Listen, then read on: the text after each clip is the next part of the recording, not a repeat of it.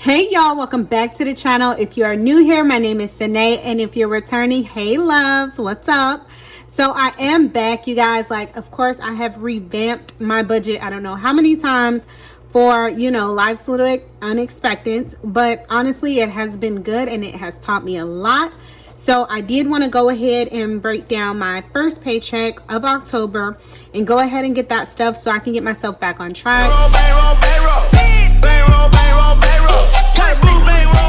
So first up, for our October paycheck, I expected it to be $950, but it actually turned out to be $973.89, which we all like more money than less money, of course. And let me see if I can get y'all zoomed in a little closer. All right, y'all, hopefully that is much better. So like I was saying, I actually end up getting paid $973.89, which really isn't bad. I have been part-time since the beginning of the year due to some health reasons, but I should be going back full-time, and I'm not gonna lie, y'all, I miss it. So for the monthly expenses, my rent ended up being $501.58. That is my half of it for the month. I do like to split it up into 2 payments just so it doesn't feel overwhelming. As far as my electricity, I did go ahead and put that on a payment plan just to allow me some time to catch up in my paychecks. And then that way I rather, have more money in my pocket than less. Then my Bank of America, because of course your girl still has those old credit cards lingering around. And then I have my internet, which ended up being $55.53. And then lastly is my Flex. And that is actually just an application that helps me keep track of my rent. Like, it actually does pay your rent for you, so that you have a little bit more time to come up with your rent money if you need it. And that's just something you can look into if, that's something you may need. But I did find it very useful, especially with me being part-time and just trying to allow myself to have a little bit more money here and there just in case. So with all of these bills, it came out to $718.83.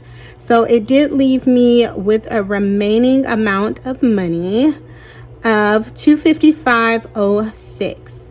And because I don't really keep a lot of money in my account, I did want to go ahead and create a buffer. So I'm going to use $55.06 of this to start a buffer just in case for, again, little unexpectancies. You just never know, and I have seen them pop up month after month. So I am gonna go ahead and just put this money here. Better to have it and not need it than need it and not have it. So in total, I will be stuffing $200 in my cash envelopes and my sinking funds. So after that, y'all, getting into my cash envelopes, I no longer have a car. I do take public transportation, but just in case I do, need to put in on gas money, or I just want to take like a Lyft home or something like that, I do leave a little bit of money for transportation. So I am going to put $20 aside for that, as well as I do want to put a little money aside for spending, just because now I get those little pregnancy cravings here and there, and honestly, I didn't think I would spend that much, but literally every little bag of barbecue chips adds up. So I'm just going to put in $20 here as well, just to make sure it's there. And I did go ahead and put this little E on the side. That is to let me know that that is electronic, which means even though I am going to use this for my cash envelopes, I'm going to leave this in the actual account, just because, one, when you do book like Lyft and stuff, it's electronic. So I'd rather the money be there, and then spending, that way I don't have to worry about carrying cash for little things like that. So moving on to groceries, I am going to do $40 for groceries, just because I did recently go grocery shopping, so I shouldn't need that much. And then lastly, I'm going to do $20 for household and personal, because again, this is like my cleaning supplies, my soap, hair products, stuff like that. So that does give my cash envelopes a total of $100 being cash stuff, which does leave me $100 to go ahead and put into my sinking funds. And I do just have currently just 2 binders. I used to have 3, but I condensed them down to 2, you guys. Like, keeping up with 3 was just a little too much. especially like first starting off again. So I did just condense it down to what I consider my priority and my bill binder. Now my priority does have my emergency funds, savings, baby bop now. It has Sparkle, medical, me. For my home, I do want to save for a new apartment as well as save to be a month ahead, just because those two envelopes have definitely helped me out in the past, especially when I did have to go on medical leave. So having this money here for just in case, I definitely end up pulling from these first instead of having to pull from the rest of my sinking funds, and it definitely made that money stretch. So I do want to keep these and make sure I stuff them because I do look forward to getting a new apartment for me and baby bop.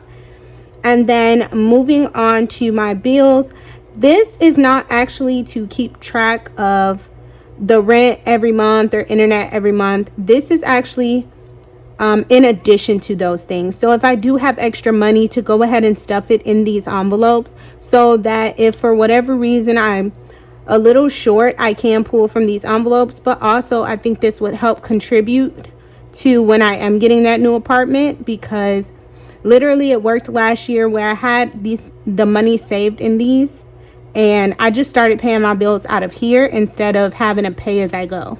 So these are definitely helpful.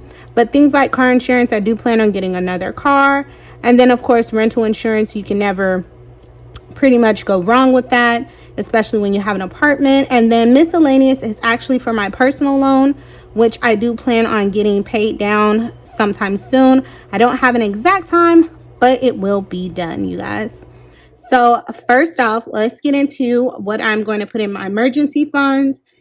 And I'm going to go ahead and do $20 for emergency. I'm just going to do $5 in savings, $5 in baby bop, $5 in Sparkle. I'm going to do $20 in medical just because my medical bills have been quite crazy lately. And then I'm going to give myself $5 because, I mean, I'm just as important.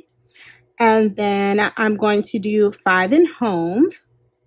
And then lastly, I'm not going to put anything in new apartment or month ahead just because they're not as pressing.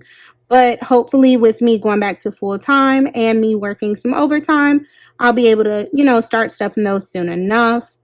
And then over to rent, I'm going to do $10. Internet and cell phone, I'm going to do $5.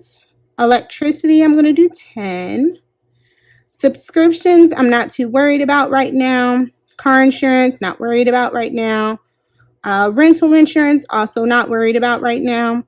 And then lastly is going to be miscellaneous, aka my loan. And I'm going to do $10 here.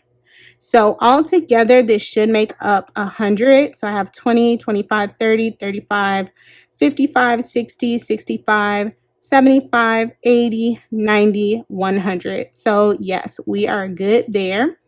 And of course I have 20, 40, 60, and 100. So I'm good there. So it looks like this upcoming paycheck, or the one that just technically passed, I will go ahead and stuff 160 technically, because it'll be without these two $20. So yeah, that's not bad, you guys. Like, that's pretty good still, especially to be part-time. So definitely loving that for myself. So y'all, that is what I plan on doing with my first paycheck. So far it is pretty good, honestly, getting back into it. And I want to thank everyone that has been watching, that has consistently come back to my channel, that has newly subscribed, as well as my fellow cash budgeters, because you guys have continued to inspire me to get back into it. I love cash budgeting. It has been so helpful as far as managing stress, especially during a time like this. But honestly, growing up, I did not really learn about budgeting or saving money, and it really hurt me in my 20s. So now, of course, being in my 30s, I'm so glad that I have come into this and learned from this, and I just hope to continue to grow during this process. So again, I just want to say thank you to everybody who is either returning, new, or a fellow budgeter. And until next time, you guys, bye.